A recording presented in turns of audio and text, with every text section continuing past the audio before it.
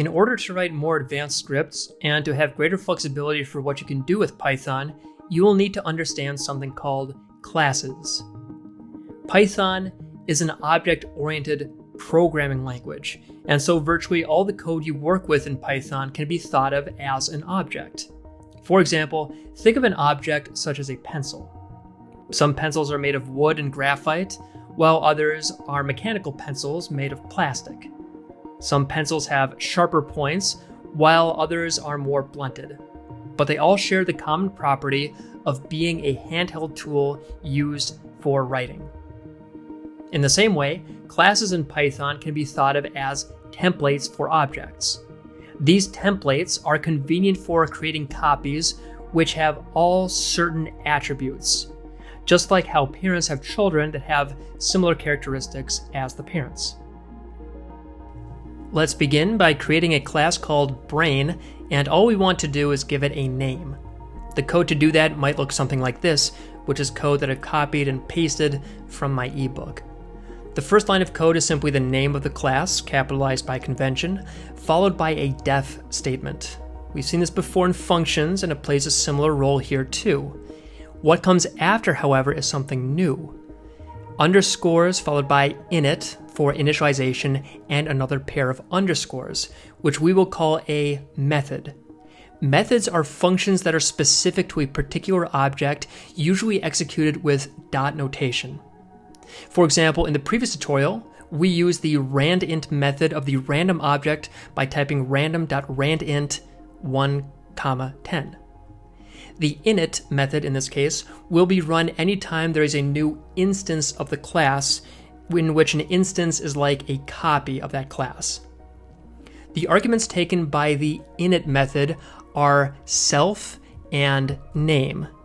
Self is a convention used to refer to the class itself, indicating that all the variables and attributes listed in the class should be used. The next argument, name, will be supplied by the user when creating a new instance of the class. At first glance, there appears to be redundancy in the code above, since the word name is used 3 times. This is the syntax needed to assign the name provided by the user to the instance of that class.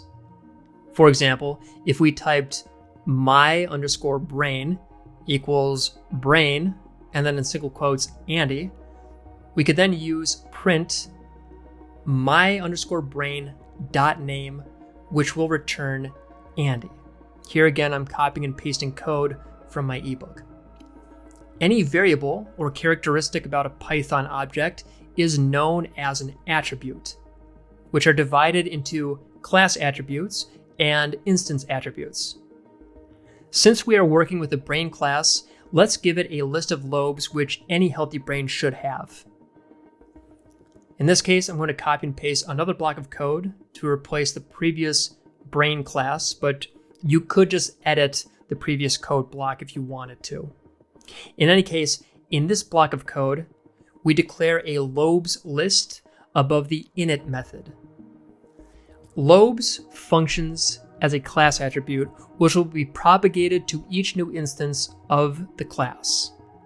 We can also expand upon our init method by providing a volume variable with a default of 1400 cubic centimeters, which is an instance variable that can be changed when creating a new instance. We now have a new brain class which has these lobes, and we can use them to put them in a new variable, for example, called my brain and your brain. If we then use the print function, we can use these plus signs, which we haven't seen before, along with this str command to convert all numbers to strings, which can then be used with print. And the plus signs simply concatenate all the variables and strings.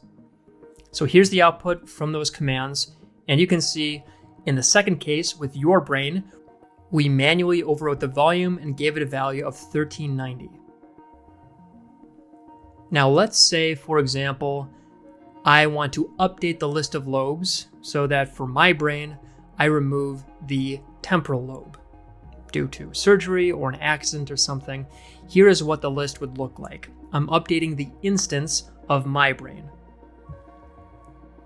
If I then look at my brain.lobes, I only have these 3 lobes, but it does not affect other instances of that class. If, however, I remove the temporal lobe in my class and I run all the rest of the code, it's going to affect every instance, both my brain and your brain. Lastly, we can declare functions, which are called methods when they are bound to a particular class or module. The code appended to this class, for example, executes a conditional statement that determines whether the brain is thinking or not. We've learned about conditional statements in a previous tutorial. If I then create a new instance, such as my brain, similar to what we did before, we now have this thinking method, which we can call upon with dot notation. If I give it no arguments, it only returns the default, which is yes, and so that's going to trigger the congratulations, you are thinking part of the code. We could manually specify no, or some other string it doesn't recognize to elicit different parts of that conditional statement. This is a basic overview of classes, and there are many more details and nuances which you can discover on your own. Here we have reviewed the essentials, including instances, attributes, and methods, and you will come across these concepts as you continue to use Python.